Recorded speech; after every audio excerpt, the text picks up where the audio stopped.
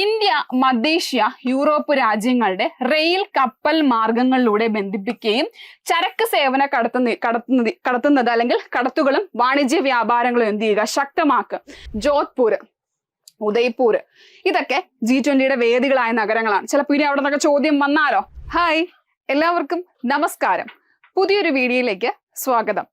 നമ്മൾ ഇന്ന് ഈ ഒരു സെഷൻ ക്രമീകരിച്ചിരിക്കുന്നത് നമ്മുടെ കറണ്ട് അഫയേഴ്സിലെ പ്രീവിയസ് ഇയർ ക്വസ്റ്റ്യൻസ് ഇൻക്ലൂഡ് ചെയ്തിട്ടാണ്. അപ്പോൾ നമ്മൾ ഇതിനകത്ത് കുറച്ച് ക്വസ്റ്റ്യൻസ് ഡിസ്കസ് ചെയ്യും. അതിൻ്റെ കൂടെ തന്നെ അതുമായിട്ട് ബന്ധപ്പെട്ട കുറച്ച് റിലേറ്റഡ് ഫാക്റ്റുകൾ നമ്മൾ എന്ത് ചെയ്യുന്നുണ്ട്, ചർച്ച ചെയ്യുന്നുണ്ട്. അപ്പോൾ നമുക്ക് മനസ്സിലാകും ഇനി ആ ഒരു ഭാഗത്തു നിന്ന് ഏതൊക്കെ തരത്തിലാണ് ചോദ്യങ്ങൾ ചോദിക്കുന്നത്, അല്ലെങ്കിൽ ഏതൊക്കെ ചോദ്യങ്ങൾ നമുക്ക് പ്രതീക്ഷിക്കാം എന്നുള്ള കാര്യങ്ങൾ നമുക്ക് മനസ്സിലാകും. ഓക്കെ, അപ്പോൾ ഈ പറയുന്ന ക്വസ്റ്റ്യൻസ് എല്ലാം മുൻപ് പരീക്ഷയ്ക്ക് ചോദിച്ചിട്ടുള്ളതാണ്. അപ്പോൾ ആ ഒരു ഭാഗമായിട്ട് ബന്ധപ്പെട്ടുള്ള കാര്യങ്ങൾ നിങ്ങൾ കൃത്യമായിട്ട് മനസ്സിലാക്കുകയും വേണം. അപ്പോൾ നമുക്ക് ആദ്യത്തെ ക്വസ്റ്റ്യനിലേക്ക് പോകാം. ക്വസ്റ്റ്യൻ നോക്കാം നമുക്ക് എന്താണ് ചോദിച്ചിരിക്കുന്നതെന്ന്. നോക്കിക്കേ, G20 2023 G20 ഉച്ചകോടിക്ക് ആതിഥേയത്വം വഹിച്ചത് ഇന്ത്യയാണെന്ന് നിങ്ങൾക്കെല്ലാം അറിയാം അല്ലെ. അപ്പൊ G20യെ കുറിച്ച് ഒരുപാട് ചോദ്യങ്ങൾ ഇതിനോടകം തന്നെ ചോദിച്ചു കഴിഞ്ഞു. അപ്പൊ അതിലൊരു പ്രധാനപ്പെട്ട ചോദ്യമാണ് നമുക്ക് ആദ്യം വന്നിരിക്കുന്നത്. അപ്പോൾ G20 ഉച്ചകോടി 2023 കേട്ടോ, 28 അല്ല, 2023 ബന്ധപ്പെട്ട് താഴെ തന്നിരിക്കുന്ന പ്രസ്താവനകളിൽ ശരിയായത് ഏത് എന്നാണ് ചോദ്യം. ഒന്നാമത്തെ സ്റ്റേറ്റ്മെന്റ് ന്യൂഡൽഹിയിൽ വെച്ച് നടന്നു. Second statement Shri Narendra Modi ചെയർമാനായിരുന്നു. വസുദൈവ കുടുംബകം മുദ്രാവാക്യമായിരുന്നു എന്നാണ് പറഞ്ഞിരിക്കുന്നത്. 18ാമത്തെ ഉച്ചകോടി ആയിരുന്നു എന്നാണ് നാലാമത്തെ സ്റ്റേറ്റ്മെന്റ്. അപ്പൊ നമുക്ക് ഓരോ സ്റ്റേറ്റ്മെന്റുകളായിട്ട് ഒന്ന് അനലൈസ് ചെയ്യാം. അപ്പൊ നമ്മുടെ 2023 G20 ഉച്ചകോടിക്ക് ആതിഥേയത്വം വഹിച്ചത് ഇന്ത്യയാണ്. ന്യൂഡൽഹിയിൽ എവിടെ വെച്ചിട്ടാണ് നടന്നത്? നമ്മുടെ പ്രഗതി മൈതാനിൽ വെച്ചിട്ട് അല്ലെ.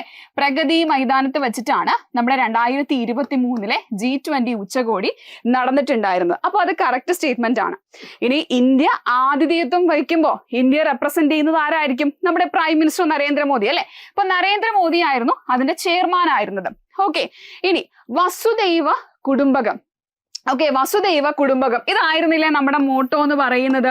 ഓക്കെ, അപ്പോൾ നമ്മൾ മുന്നേ നമ്മൾ പഠിച്ചിട്ടുണ്ട്. അതായത് ഒരു ഭൂമി, ഒരു ഭാവി, ഒരു ലോകം എന്നുള്ള ഒരു ആപ്തവാക്യത്തോടുകൂടി വസുദൈവ കുടുംബകം എന്നുള്ളതായിരുന്നു നമ്മുടെ ഈ വർഷത്തെ G20യുടെ മോട്ടോ എന്ന് പറയുന്നത്. ഇനി ഈ വർഷത്തിൽ നടന്നത് 18ാമത്തെ G20 ഉച്ചകോടി. അതും കറക്റ്റ് ആണ് കേട്ടോ. 2023 നടന്നത് 18ാമത് G20 ഉച്ചകോടിയായിരുന്നു. അപ്പൊ നിങ്ങൾക്ക് ഇപ്പൊ ഇവിടെ ഒരു ഐഡിയ കിട്ടിക്കാണും. ഈ 4 സ്റ്റേറ്റ്മെന്റുകളും G20 2023 G20 ഉച്ചകോടിയെ സംബന്ധിച്ച് ശരിയായ പ്രസ്താവനകളാണ് നിങ്ങൾക്ക് മനസ്സിലായി അല്ലെ. അപ്പൊ നമുക്ക് ഈ കാര്യം നമ്മൾ പഠിച്ച സ്ഥിതിക്ക് 2023 G20യെ കുറിച്ചുള്ള മറ്റു വിവരങ്ങൾ കൂടി നമുക്കൊന്ന് അറിഞ്ഞിരിക്കണം. കാരണം ഇന്ത്യ ആദ്യമായിട്ട് ആതിഥേയത്വം വഹിച്ചത് കൊണ്ട് തന്നെ ഈ ഭാഗത്ത് നിന്ന് ഇനിയും എന്ത് ചെയ്യും, ചോദ്യങ്ങൾ വരാനായിട്ട് നല്ല ചാൻസ് ഉണ്ട്. നമുക്ക് പോകാം G20 ഉച്ചകോടിയെ കുറിച്ച്. അപ്പൊ നമ്മുടെ ഇവിടുത്തെ ആൻസർ എന്ന് പറയുന്നത് എന്താണ്? എല്ലാം ശരിയാണ് അല്ലെ. 1 2 3 4 എന്താണ്? നമുക്ക് ശരിയാണ്. അപ്പോ നമുക്ക് നോക്കാം. 18ാമത് G20 ഉച്ചകോടി അല്ലെങ്കിൽ 18ാമത് G20 നേതൃതല ഉച്ചകോടി നടന്നത് എവിടെയാണ്? നമ്മുടെ ഡൽഹിയിൽ. അത് നമ്മൾ നേരത്തെ പറഞ്ഞു, ഡൽഹിയിലെ പ്രഗതി മൈതാനത്ത് വെച്ചിട്ടാണ് നമ്മൾ പറഞ്ഞു. അതുകൊണ്ട് അത് കറക്റ്റ് സ്റ്റേറ്റ്മെന്റ് ആണ് അല്ലെ. അടുത്തത്, ഇന്ത്യ അധ്യക്ഷത വഹിക്കുന്ന G20 കൂട്ടായ്മയുടെ ഉച്ചകോടി നടന്നത് സെപ്റ്റംബർ 9-10 തീയതികളിലാണ് നടന്നത്. സെപ്റ്റംബർ 9-10 2023 സെപ്റ്റംബർ 9-10 ഡേറ്റുകൾ കൂടി ഓർത്തിരിക്കണം. അതും ഇമ്പോർട്ടന്റ് ആണ്. ഇനി ഞാൻ നേരത്തെ പറഞ്ഞു പ്രഗതി മൈതാനിൽ വെച്ചിട്ട് നമ്മുടെ ഭാരത് മണ്ഡപമായിരുന്നു പ്രധാനപ്പെട്ട വേദി. ഇനി ഏതൊക്കെ രാജ്യങ്ങളാണ് നമ്മുടെ G20 ഉച്ചകോടിയിലുള്ളത് നമുക്കൊന്ന് ജസ്റ്റ് ഒന്ന് നോക്കാം. ഓക്കെ, അർജന്റീനയുണ്ട്, ഓസ്ട്രേലിയ ഉണ്ട്, ബ്രസീൽ ഉണ്ട്, കാനഡയുണ്ട്, ചൈനയുണ്ട്. നമ്മുടെ ആൽഫബറ്റിക് ഓർഡറിലാണ് ഇത് കൊടുത്തിരിക്കുന്നത്. Argentina, Australia, Brazil, Canada, China, France, Germany, India, Indonesia, Italy, Japan, Mexico, Republic of Korea, Russia, Saudi Arabia, ദക്ഷിണാഫ്രിക്ക, തുർക്കിയെയാണ്. Turkiye, United Kingdom, United States of America, European Union. അപ്പോ നിങ്ങൾക്കറിയാം ഇവിടെ ഇനി നമുക്ക് അടുത്തതായിട്ട് ഒരു പേരും കൂടെ വരും. എന്താണ് ആ പേരെന്ന് പറയുന്നത്? ആഫ്രിക്കൻ യൂണിയൻ എന്ന് പറയുന്ന രാജ്യങ്ങളുടെ കൂട്ടായ്മ കൂടി വരും അല്ലെ. African union. അപ്പോ നിങ്ങൾക്കറിയാം നമ്മുടെ സാധാരണയായിട്ട് നമ്മൾ G20 എന്ന് പറയുന്നത് 19 രാജ്യങ്ങൾ പ്ലസ് യൂറോപ്യൻ യൂണിയൻ ആയിരുന്നു അല്ലെ. 19 രാജ്യങ്ങളും യൂറോപ്യൻ യൂണിയനുമാണ് G20 എന്ന് പറയുന്നത്. 2023 നമ്മുടെ ആഫ്രിക്കൻ യൂണിയൻ എന്ന് പറയുന്നത് ആഫ്രിക്കൻ രാജ്യങ്ങളുടെ കൂട്ടായ്മയാണ്. നമ്മുടെ G20 നമ്മുടെ യൂറോപ്യൻ യൂണിയൻ പോലെ തന്നെ നമ്മുടെ ആഫ്രിക്കൻ രാജ്യങ്ങളുടെ കൂട്ടായ്മയാണ് ആഫ്രിക്കൻ യൂണിയൻ എന്ന് പറയുന്നത്. സോ ആഫ്രിക്കൻ യൂണിയനും കൂടി എന്ത് ചെയ്തിട്ടുണ്ട്, നമ്മുടെ ഈ ഒരു G20 അംഗത്വം എടുത്തു. ഇപ്പൊ ഇത് G21 ആയി അല്ലെ, G21 ആയിട്ട് മാറി എന്ന് നിങ്ങൾക്ക് അറിയാം. അപ്പൊ അതും കൂടെ നമ്മൾ പഠിച്ചു വെച്ചിരിക്കണം. ആഫ്രിക്കൻ യൂണിയൻ, അതായത് നമ്മുടെ യൂറോപ്യൻ യൂണിയന് ശേഷം G20 അംഗത്വം എടുക്കുന്ന രണ്ടാമത്തെ രാജ്യങ്ങളുടെ കൂട്ടായ്മയാണ് ആഫ്രിക്കൻ യൂണിയൻ എന്ന് പറയുന്നത്. ഓക്കെ, അപ്പൊ നിങ്ങൾക്ക് ഇതിൽ ഏതെങ്കിലുമൊക്കെ തന്നിട്ട് എന്ത് ചെയ്യാം, ചോദ്യം ചോദിക്കാം. ഏതൊക്കെയാണ് G20 അംഗമല്ലാത്ത രാജ്യങ്ങൾ, ഏതൊക്കെയാണ് G20 അംഗമായ രാജ്യങ്ങൾ, ഇങ്ങനെയൊക്കെ ചോദ്യം ചോദിക്കാം. ഓക്കെ, ഇനി നമ്മുടെ 2023 ഇന്ത്യ ആയിരുന്നു നമ്മുടെ G20 ഉച്ചകോടിക്ക് ആതിഥേയത്വം വഹിച്ചിരുന്നതെങ്കിൽ 2022 G20 ഉച്ചകോടിക്ക് ആതിഥേയത്വം വഹിച്ചത് ആരാണ്? ഇന്തോനേഷ്യയാണ്. നമുക്കറിയാം അല്ലെ, ഇന്തോനേഷ്യയാണ് അല്ലെ. ഇനി അടുത്ത നമ്മുടെ 2024 G20 ആതിഥേയത്വം വഹിക്കാൻ പോകുന്നത് ആരാണ്? അത് നമ്മുടെ ബ്രസീലാണ് അല്ലെ. 2024 G20 ഉച്ചകോടിക്ക് ആതിഥേയത്വം വഹിക്കാൻ പോകുന്നത് ആരാണ്? ബ്രസീലാണ് അല്ലെ. അതും കൂടി ഒന്ന് ഓർത്തിരിക്കണം. ഇനി 1999 സെപ്റ്റംബർ 26 G20 ഫോം ചെയ്തത്. 1999 സെപ്റ്റംബർ 26 വളരെ പ്രധാനപ്പെട്ട ഫാക്റ്റാണ് G20 കുറിച്ച് ഇനി പറയാൻ പോകുന്നത്. 2008 മുതൽ വാർഷിക ഉച്ചകോടികൾ എന്ത് ചെയ്യുന്നുണ്ട്, G20 സംഘടിപ്പിക്കുന്നുണ്ട്. 1999 ഫോം ചെയ്തുവെങ്കിൽ 2008 മുതലാണ് വാർഷിക ഉച്ചകോടികളെ സംഘടിപ്പിക്കാനായിട്ട് തുടങ്ങിയത്. ഇനി വാഷിംഗ്ടണിൽ വെച്ചിട്ടായിരുന്നു, നമ്മുടെ US വാഷിംഗ്ടണിൽ വെച്ചിട്ടായിരുന്നു G20 ആദ്യ ഉച്ചകോടി എന്ന് പറയുന്നത്. G20 ആദ്യ ഉച്ചകോടി നടന്ന എവിടെയാണ്? വാഷിംഗ്ടണിലായിരുന്നു. ലോകത്തിലെ ഇനി എന്താണ് G20 ലക്ഷ്യം? അടുത്തിടെ ഒരു പരീക്ഷയ്ക്ക് ചോദിച്ചിട്ടുണ്ടായിരുന്നു, എന്താണ് G20 ലക്ഷ്യം എന്ന് പറയുന്നത്. നമ്മുടെ ലോകത്തിലെ രാജ്യങ്ങളുടെ സാമ്പത്തിക സുസ്ഥിരതയും അല്ലെങ്കിൽ സാമ്പത്തിക സ്ഥിരതയും അതുപോലെ തന്നെ സുസ്ഥിരമായിട്ടുള്ള വികസനവും പ്രോത്സാഹിപ്പിക്കുക. ലോകത്തിൽ എന്ത് വരണം? സാമ്പത്തിക സ്ഥിരതയും സുസ്ഥിര വികസനവും പ്രോത്സാഹിപ്പിക്കുക എന്നുള്ളതാണ് G20 ലക്ഷ്യം എന്ന് പറയുന്നത്. ഇനി G20 ഔദ്യോഗിക ഭാഷകളുണ്ടോ? ഉണ്ട്. ഏതൊക്കെയാണ്? English, French, Spanish. G20 ഔദ്യോഗിക ഭാഷകളുണ്ടോ? G20 ഔദ്യോഗിക ഭാഷകളുണ്ട്. ഏതൊക്കെയാണ്? ഇംഗ്ലീഷ് ഉണ്ട്, ഫ്രഞ്ച് ഉണ്ട്, സ്പാനിഷ് ഉണ്ട്. ഇതാണ് G20 ഔദ്യോഗിക ഭാഷകൾ എന്ന് പറയുന്നത്. ക്ലിയർ ആകുന്നുണ്ടോ നിങ്ങൾക്ക്? ഇനി 2022 ഇന്തോനേഷ്യ ആതിഥേയത്വം വഹിച്ച് നമ്മൾ പറഞ്ഞിട്ടുണ്ടായിരുന്നു. 2024 ബ്രസീൽ ആയിരിക്കും ആതിഥേയത്വം വഹിക്കുന്നത്, അതും നമ്മൾ പറഞ്ഞിട്ടുണ്ടായിരുന്നു. ഇനി ഒരു വർഷത്തേക്ക് ഒരു അജണ്ട നിശ്ചയിക്കുകയാണ് G20 രീതി എന്ന് പറയുന്നത്. ഒരു വർഷത്തേക്ക് നമ്മൾ ഒരു അജണ്ട എന്ത് ചെയ്യും? സെറ്റ് ചെയ്യും. അതാണ് നമ്മൾ ഈ ഒരു മിനിസ്റ്റീരിയൽ അല്ലെങ്കിൽ നമ്മുടെ ഈ ഒരു വാർഷിക നേതൃതല ഉച്ചകോടിയിൽ നമ്മൾ ചെയ്യുന്നത്. പ്രവർത്തന സംവിധാനത്തിൽ G20 എത്ര ട്രാക്കുകൾ ഉണ്ട്? 2 ട്രാക്കുകളാണുള്ളത്. പ്രവർത്തന സംവിധാനത്തിൽ എത്ര ട്രാക്കുകൾ ഉണ്ട്? 2 രീതിയിലാണ് G20 എന്ത് ചെയ്യുന്നത്? പ്രവർത്തിക്കുന്നത്. ഒന്നെന്ന് പറയുന്നത് ധനകാര്യ ട്രാക്കും മറ്റൊന്ന് ഷെർപ്പ ട്രാക്കും. ഒന്നെന്താണ്? ധനകാര്യ ട്രാക്കും മറ്റൊന്ന് ഷെർപ്പ ട്രാക്കും. ധനകാര്യ പാതയിൽ ഉൾപ്പെടുന്നത് വിവിധ രാജ്യങ്ങളുടെ അല്ലെങ്കിൽ അംഗരാജ്യങ്ങളുടെ ധനകാര്യ മന്ത്രിമാരും സെൻട്രൽ ബാങ്ക് ഗവർണർമാരുമായിരിക്കും ധനകാര്യ പാതയിൽ ഉൾപ്പെടുന്നത്. ഇനി ഷെർപ്പ പാതയിൽ രാജ്യങ്ങളുടെ തലവന്മാരുടെ പ്രത്യേക പ്രതിനിധികളായിരിക്കും എന്ത് ചെയ്യുന്നത്? പങ്കെടുക്കുന്നത്. അപ്പൊ എന്താണ് ഷെർപ്പകൾ എന്ന് പറയുന്നത്? നമ്മുടെ ഈ 2023 ഇന്ത്യ ആതിഥേയത്വം വഹിച്ച G20 ഇന്ത്യയുടെ ഷെർപ്പ ആരായിരുന്നു? അത് അമിതാഭ് കാന്ത് ആയിരുന്നു അല്ലെ. അമിതാഭ് കാന്ത് നമുക്കറിയാം. അപ്പൊ ആരാണ് ഈ ഷെർപ്പ എന്ന് പറയുന്നത്? ഷെർപ്പ എന്ന് പറയുന്നത് രാജ്യങ്ങളുടെ തലവന്മാരുടെ പ്രത്യേക പ്രതിനിധികളാണ്. ഓക്കെ, നമ്മുടെ രാജ്യത്തിന്റെ ടൈറ്റിലിനെ അല്ലെങ്കിൽ തലവന്മാരെ പ്രതിനിധീകരിക്കുന്നവരെയാണ് നമ്മൾ എന്ത് പറയുന്നത്? ഷെർപ്പ എന്ന് പറയുന്നത്. സോ അവരാണ് ഈ ഷെർപ്പ പാതയിൽ ഉൾപ്പെടുന്നത്. ധനകാര്യ പാതയിൽ നമ്മുടെ ധനകാര്യ മന്ത്രിമാരും RBI ഗവർണർ, നമുക്കാണെങ്കിൽ RBI ഗവർണർ, മറ്റുള്ള രാജ്യങ്ങളുടെ സെൻട്രൽ ബാങ്ക് ഏതാണോ അവരുടെ ഗവർണർമാരും ധനകാര്യ പാതയിൽ ഉൾപ്പെടുമ്പോൾ ഷെർപ്പ പാതയിൽ വിവിധ ഷെർപ്പമാരായിരിക്കും ഉൾപ്പെടുന്നത്. അപ്പൊ കേരള കേഡർ മുൻ IAS ഉദ്യോഗസ്ഥനായിട്ടുള്ള അമിതാഭ് കാന്ത് ആണ് നമ്മുടെ ഇന്ത്യയുടെ ഷെർപ്പയായിരുന്നത്. നമുക്കറിയാം നമ്മുടെ വസുദൈവ കുടുംബകം എന്നതാണ്, അതായത് ഒരു ഭൂമി ഒരു കുടുംബം ഒരു ഭാവി അല്ലെ. നമ്മുടെ ഒരു ഭൂമിയാണ് കേട്ടോ, ലോകമല്ല. ഒരു ഭൂമി ഒരു കുടുംബം ഒരു ഭാവി, ഒരു ഭൂമി ഒരു കുടുംബം ഒരു ഭാവി എന്നതാണ് നമ്മുടെ ഈ ഒരു മോട്ടോ G20യുടെ മോട്ടോ ഇതും ചോദിച്ചിട്ടുണ്ട് കേട്ടോ. G20യുടെ മോട്ടോ എന്തിന്റെ മോട്ടോ ആണ്? ഒരു ഭൂമി ഒരു കുടുംബം ഒരു ഭാവി എന്ന് ചോദിച്ചിട്ടുണ്ട്. അല്ലാതെ ഇതും പറഞ്ഞു വസുദൈവ കുടുംബകമാണ് മോട്ടോ എന്നുള്ളത് നമ്മൾ നേരത്തെ കണ്ട ക്വസ്റ്റ്യനിൽ കൊടുത്തിട്ടുണ്ടായിരുന്നു. ഓക്കെ, അടുത്തതിലേക്ക് പോകുമ്പോൾ G20ക്ക് എന്തില്ല? ഒരു സ്ഥിരം സെക്രട്ടേറിയറ്റ് ഇല്ല. കറക്റ്റ് ആയിട്ടുള്ള സ്റ്റേറ്റ്മെന്റ് ആണ്. G20ക്ക് എന്തില്ല? ഒരു സ്ഥിരം സെക്രട്ടേറിയറ്റ് G20ക്ക് പറയാനായിട്ട് സാധിക്കത്തില്ല. ഓക്കെ, പകരം G20ക്ക് ഉള്ളത് ഒരു G20 ട്രോയ്ക്കാണ്. എന്താണ് G20ക്ക് ഉള്ളത്? G20 ട്രോയ്ക്കാണുള്ളത്. എന്താണ് G20 ട്രോയ്ക്ക എന്ന് പറയുന്ന? ട്രോയ്ക്ക എന്ന് കേൾക്കുമ്പോൾ നിങ്ങൾക്ക് മനസ്സിലാവും എന്തോ ഒരു 3 സംവിധാനങ്ങൾ ഉള്ളതാണ് ട്രോയ്ക്ക എന്ന് പറയുന്നത് അല്ലെ. പറയാം. അതായത് G20യുടെ ഭൂതകാലത്തിലെ മീൻസ് പ്രസിഡൻസി വഹിച്ച രാജ്യം, നിലവിൽ വർത്തമാനകാലത്തെ പ്രസിഡൻസി വഹിച്ച രാജ്യം, ഇനി ഭാവിയിൽ ഏത് രാജ്യമാണോ പ്രസിഡൻസി വഹിക്കാൻ പോകുന്നത് അല്ലെങ്കിൽ ഏത് രാജ്യമാണോ അധ്യക്ഷത വഹിക്കാൻ പോകുന്നത് ആ രാജ്യം.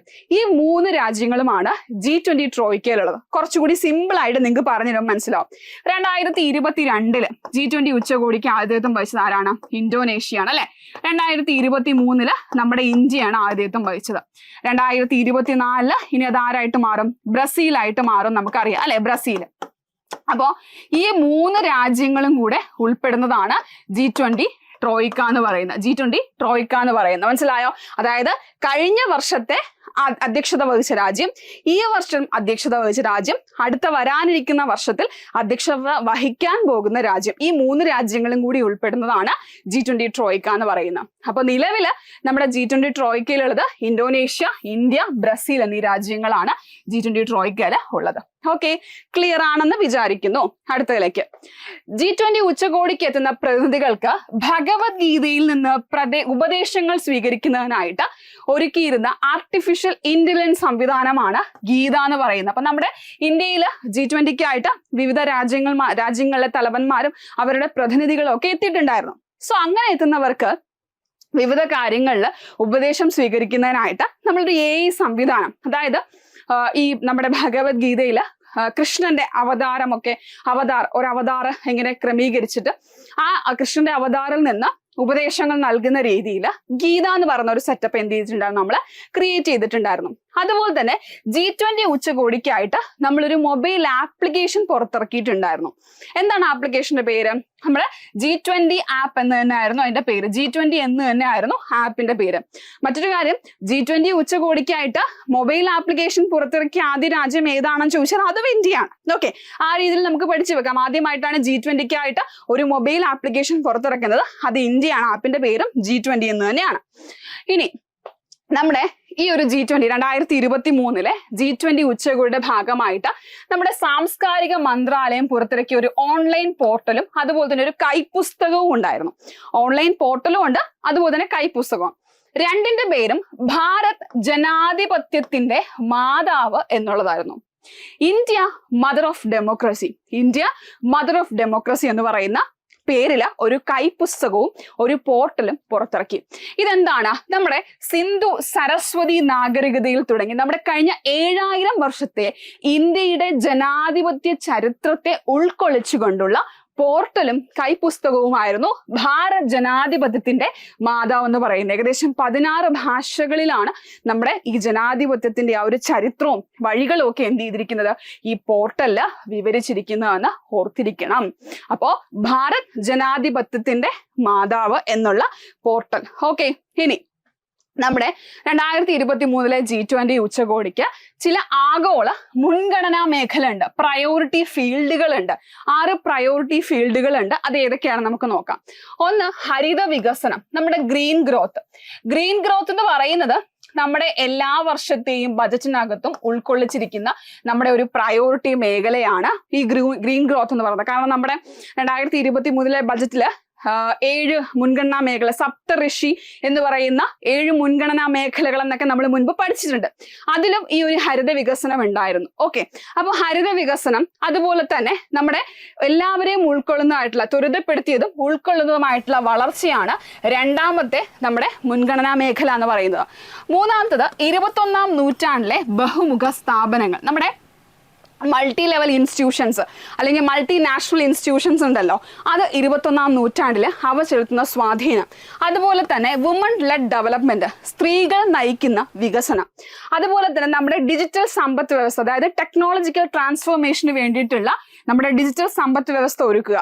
4 സുസ്ഥിര വികസന ലക്ഷ്യങ്ങളിൽ പുരോഗതി എന്ത് ചെയ്യണം, ത്വരിതപ്പെടുത്തുന്നത്. അതായത് നമ്മുടെ SDGs നമ്മുടെ സസ്റ്റൈനബിൾ ഡെവലപ്മെന്റ് ഗോൾസ് എന്ത് ചെയ്യുക, എത്രയും വേഗം നമ്മൾ അതിലേക്ക് എത്താനായിട്ടുള്ള കാര്യങ്ങൾ നമ്മൾ കൂടുതൽ സ്പീഡ് കൂട്ടണം. ഇങ്ങനെ 6 മുൻഗണനാ മേഖലകൾ. ഒന്ന് നമ്മൾ പറഞ്ഞു ഗ്രീൻ ഗ്രോത്ത്, ഹരിത വികസനം.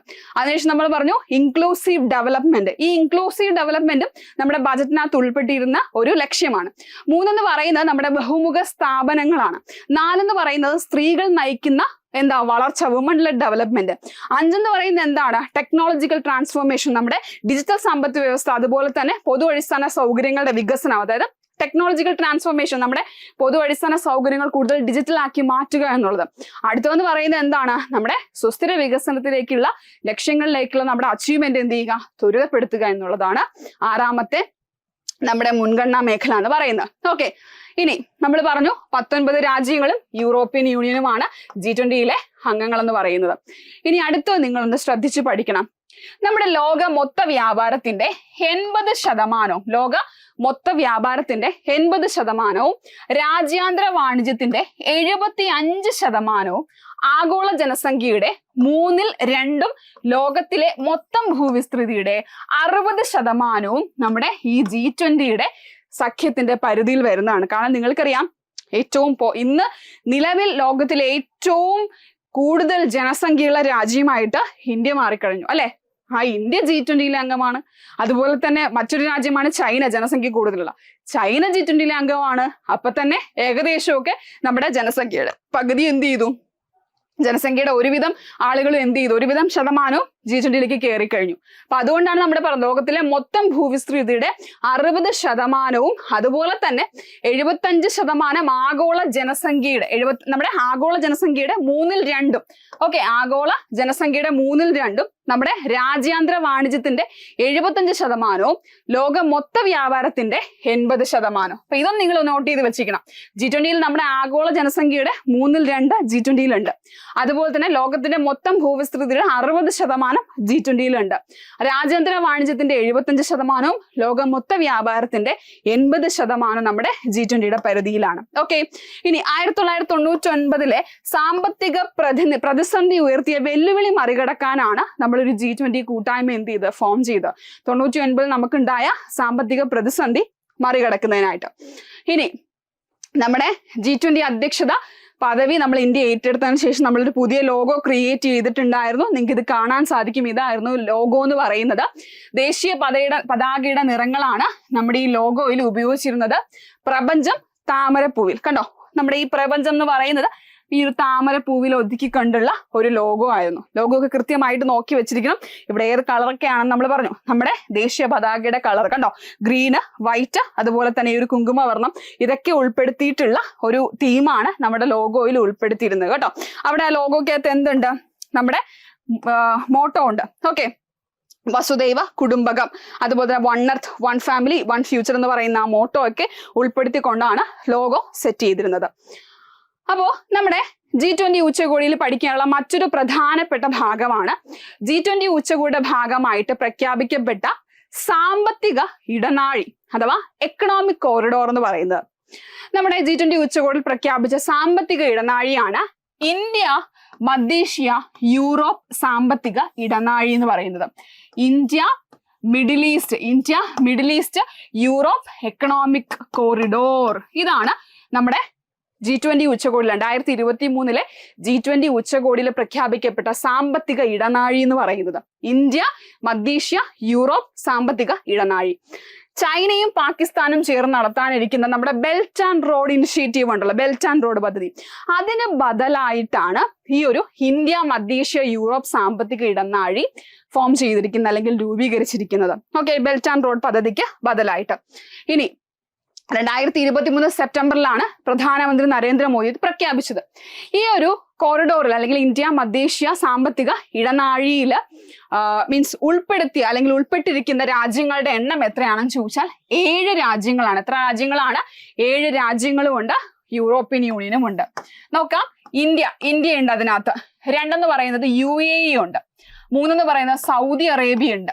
അതുപോലെ തന്നെ നമ്മുടെ യൂറോപ്യൻ യൂണിയൻ ഉണ്ട്, ഫ്രാൻസ് ഉണ്ട്, ജർമ്മനി ഉണ്ട്, ഇറ്റലി ഉണ്ട്. ഓക്കെ, ഫ്രാൻസ് ഉണ്ട്, ജർമ്മനി ഉണ്ട്, ഇറ്റലി ഉണ്ട്, US ഉണ്ട്.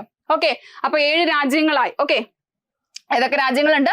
ഇന്ത്യ ഉണ്ട്, USA ഉണ്ട്, സൗദി അറേബ്യ ഉണ്ട്, യൂറോപ്യൻ യൂണിയൻ ഉണ്ട്. ഓക്കെ, യൂറോപ്യൻ യൂണിയൻ ഉണ്ട്, അതുപോലെ തന്നെ ഇറ്റലി ഉണ്ട്, ജർമ്മനി ഉണ്ട്, US ഉണ്ട്, അതുപോലെ തന്നെ യൂറോപ്യൻ യൂണിയൻ ഉണ്ട്, ഫ്രാൻസും ഉണ്ട് കേട്ടോ. അപ്പൊ ഇനി 7 രാജ്യങ്ങളും യൂറോപ്യൻ യൂണിയനുമാണ് ഈ ഒരു മെഗാ ഇക്കണോമിക് കോറിഡോറിൽ, India Middle East Europe mega economic കോറിഡോറിൽ ഉള്ളത്. ഓക്കെ, ഇടനാഴിയിലുള്ളത് എന്തൊക്കെയാണ്? ഒരു റെയിൽ ലിങ്ക് ഉണ്ട്, വൈദ്യുതി കേബിൾ ഉണ്ട്, ഹൈഡ്രജൻ പൈപ്പ് ലൈൻ ഉണ്ട്, അതിവേഗ ഡേറ്റ കേബിളൊക്കെ ഉൾപ്പെടുന്ന ഒരു മെഗാ എക്കണോമിക് കോറിഡോർ ആണ് India Middle East Europe mega economic corridor എന്ന് പറയുന്നത്. നോക്കാം, ഈ ഒരു സാമ്പത്തിക ഇടനാഴിയിലെ പ്രധാനപ്പെട്ട ലക്ഷ്യങ്ങൾ കൂടി നമുക്കൊന്ന് നോക്കാം. ഇന്ത്യ മധ്യേഷ്യ യൂറോപ്പ് രാജ്യങ്ങളുടെ റെയിൽ കപ്പൽ മാർഗങ്ങളിലൂടെ ബന്ധിപ്പിക്കുകയും ചരക്ക് സേവന കടത്തുന്നത് അല്ലെങ്കിൽ കടത്തുകളും വാണിജ്യ വ്യാപാരങ്ങളും എന്ത് ചെയ്യുക? ശക്തമാക്കുക. അതായത് നമ്മുടെ രാജ്യങ്ങൾ തമ്മിൽ, അതായത് ഇന്ത്യയും അതുപോലെ തന്നെ മധ്യേഷ്യ യൂറോപ്പ് രാജ്യങ്ങളുടെ ഇടയിൽ ഒരു ട്രാൻസ്പോർട്ടേഷൻ കുറച്ചുകൂടി ഈസി ആക്കി മാറ്റുക. അതിപ്പോ റെയിൽ ട്രാൻസ്പോർട്ടേഷൻ ആയിരുന്നാലും അല്ലാതെ നമ്മുടെ കപ്പൽ ഗതാഗതമാണെങ്കിലും, അതിപ്പോ ഇവിടെ പറയുന്നുണ്ട് കപ്പൽ മാർഗങ്ങളിലൂടെ എന്ത് ചെയ്യണം? റെയിൽ മാർഗത്തിലൂടെയും ബന്ധിക്കണം, കപ്പൽ മാർഗത്തിലൂടെയും ബന്ധിപ്പിക്കണം. എന്തിനു വേണ്ടിയിട്ടാണ്? ചരക്ക് സേവന കടത്തുകളും വാണിജ്യ വ്യാപാരങ്ങളും ശക്തമാക്കണം ഈ രാജ്യങ്ങളുടെ ഇടയിൽ. ഇനി കൂടുതൽ തൊഴിലവസരങ്ങൾ എന്ത് ചെയ്യണം? സൃഷ്ടിക്കണം. അതായത് ഈ രാജ്യങ്ങളുടെ പരസ്പര സഹകരണത്തോടു കൂടി കൂടുതൽ തൊഴിലവസരങ്ങൾ സൃഷ്ടിക്കണം. ഗതാഗത ചെലവ് കുറയ്ക്കണം.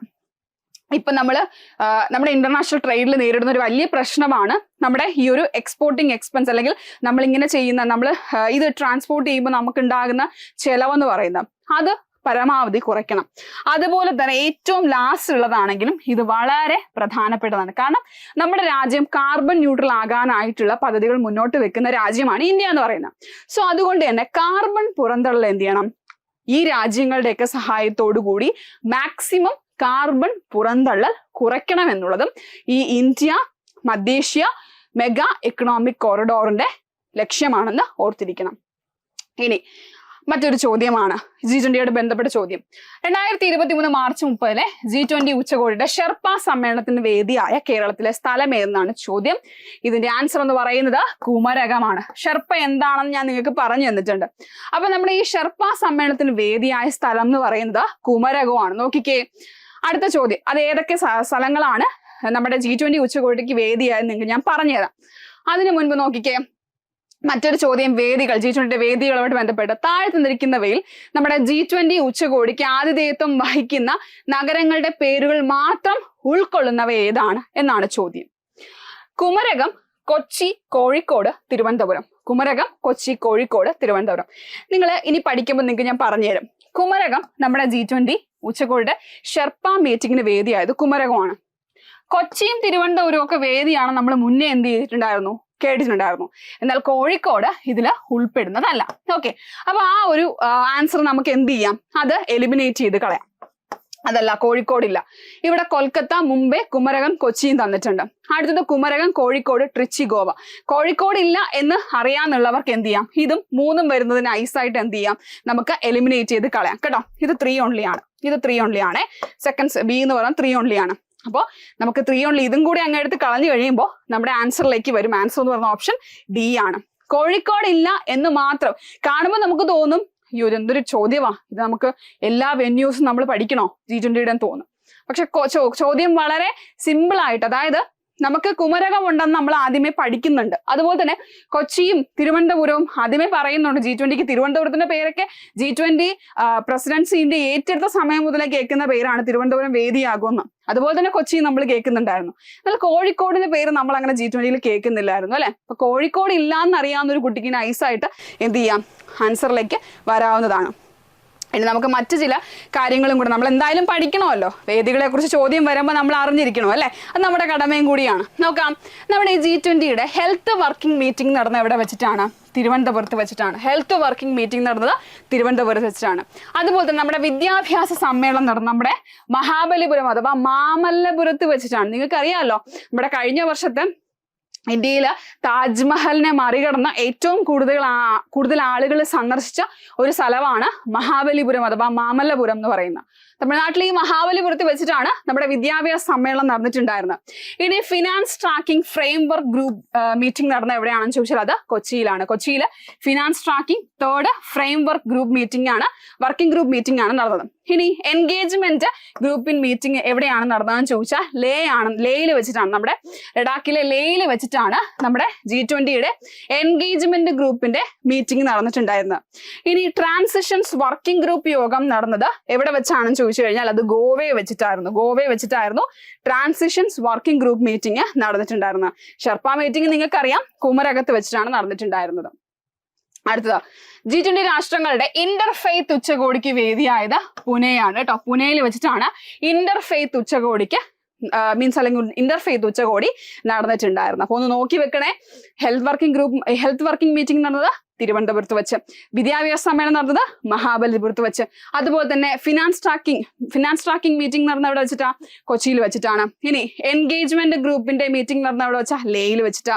ട്രാൻസിഷൻസ് വർക്കിംഗ് ഗ്രൂപ്പ് മീറ്റിംഗ് നടന്ന എവിടെ വെച്ചാ? ഗോവയെ വെച്ചിട്ടാ. അതുപോലെ തന്നെ ഷെർപ്പ മീറ്റിംഗ് നടന്ന എവിടെ വെച്ചിട്ടാ? കുമരകത്ത് വെച്ചിട്ടാ. നമ്മുടെ ഈ പറയുന്ന ഇന്റർഫെയ്ത്ത് മീറ്റിംഗ് നടന്ന എവിടെ വെച്ചിട്ടാ? അത് പുനെയിൽ വെച്ചിട്ടാണ്. ഓക്കെ, ഇനി നമുക്ക് മറ്റു ചില വേദികൾ കൂടെ നമുക്കൊന്ന് പെട്ടെന്ന് ഓർത്ത് വെക്കാന്ന് മാത്രമല്ല നമുക്കൊന്ന് നോക്കാം. ജോധ്പൂർ, ഉദയ്പൂർ, ഇതൊക്കെ G20യുടെ വേദികളായ നഗരങ്ങളാണ്. ചിലപ്പോൾ ഇനി അവിടെ നിന്നൊക്കെ ചോദ്യം വന്നാലോ. വിശാഖപട്ടണം, റാൻ ഓഫ് കച്ച്, ഹൈദരാബാദ്, ഗോവയൊക്കെ നമ്മുടെ നേരത്തെ ചോദ്യത്തിലുണ്ടായിരുന്നതാണ്. ഹംപി, ഗാന്ധിനഗർ, കെവാഡിയ, ഇൻഡോർ, ഭുവനേശ്വർ. അതുപോലെ തന്നെ ഖജുരാവോ, ബംഗളൂരു, ചെന്നൈ, മഹാബലിപുരം, കൊച്ചിയൊക്കെ നമ്മൾ നേരത്തെ പഠിച്ചതാണ്. കുമരകം, തിരുവനന്തപുരം, കൊൽക്കത്ത, ഭുവനേശ്വർ, മുംബൈ. ഇതൊക്കെയാണ് ചോദ്യത്തിൽ ഉണ്ടായിരുന്ന നഗരങ്ങൾ എന്ന് പറയുന്നത്. ഓക്കെ, മുംബൈ, ഭുവനേശ്വർ, കൊൽക്കത്ത, തിരുവനന്തപുരം, കുമരകം, കൊച്ചി, മഹാബലിപുരം ഒക്കെ നമ്മുടെ ചോദ്യത്തിൽ ഉണ്ടായിരുന്നു അല്ലെ.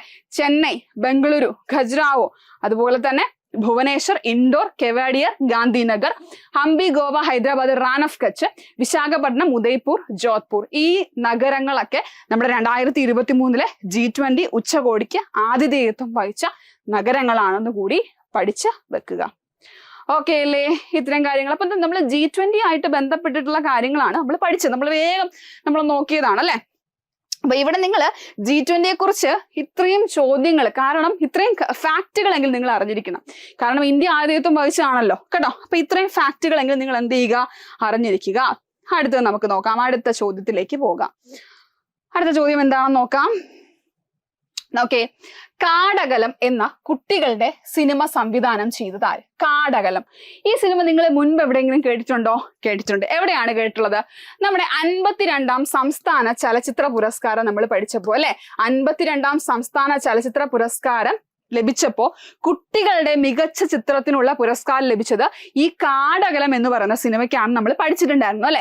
അപ്പൊ ഈ കാടകലം സംവിധാനം ചെയ്ത ആരാണ്? അത് നമ്മുടെ സഖിൽ രവീന്ദ്രനാണ് കാടകലം സംവിധാനം ചെയ്തിട്ടുണ്ടായിരുന്നത്. താരാ രാമാനുജനൊക്കെ നിഷിദ്ധോ എന്ന് പറയുന്ന സിനിമ സംവിധാനം ചെയ്ത വ്യക്തിയാണ് താരാ രാമാനുജൻ എന്ന് പറയുന്നത് അല്ലെ. അതൊക്കെ നമുക്ക് എന്താണെന്ന് പറയാം. അപ്പൊ സഖിൽ രവീന്ദ്രനാണ് കാടകലം എന്ന സിനിമ എന്ത് ചെയ്തത്? സംവിധാനം ചെയ്തത്.